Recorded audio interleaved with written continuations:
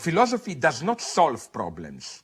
The duty of philosophy is not to solve problems, but to redefine problems. To show how what we experience as a problem is a false problem. If what we experience as a problem is a true problem, then you don't need philosophy. For example, let's say that now there would be a deadly virus coming from outer space, so not in any way mediated through our human history, and it would threaten all of us.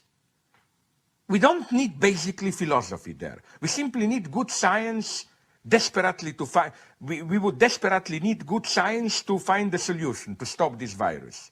We don't need philosophy there because the threat is a real threat directly. You cannot play philosophical tricks and say, no, this is not the, you know what I mean? It's simply our life would be in, or, okay, the more vulgar, even simpler science fiction scenario.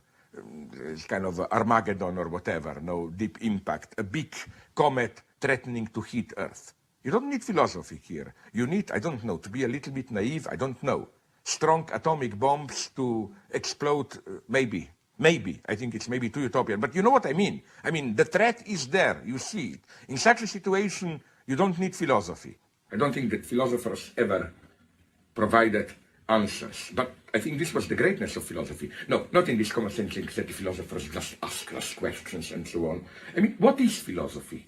Philosophy is not what some people think, some crazy exercise in absolute truth, and then you can adopt, you know, this skeptical attitude. We, true scientists, are dealing with actual, measurable, solvable problems. Philosophers just ask stupid metaphysical questions and so on, play with absolute truth, which we all know is inaccessible.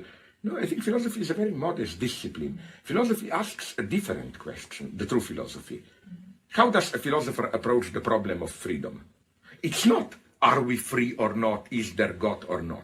It asks a simple question, which would be called a hermeneutic question. What does it mean to be free?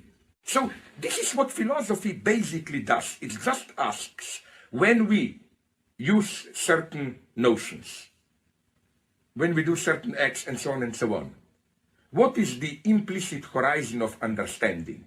It doesn't ask these stupid ideal questions, is there truth? No, the question is, what do you mean when you say this is true?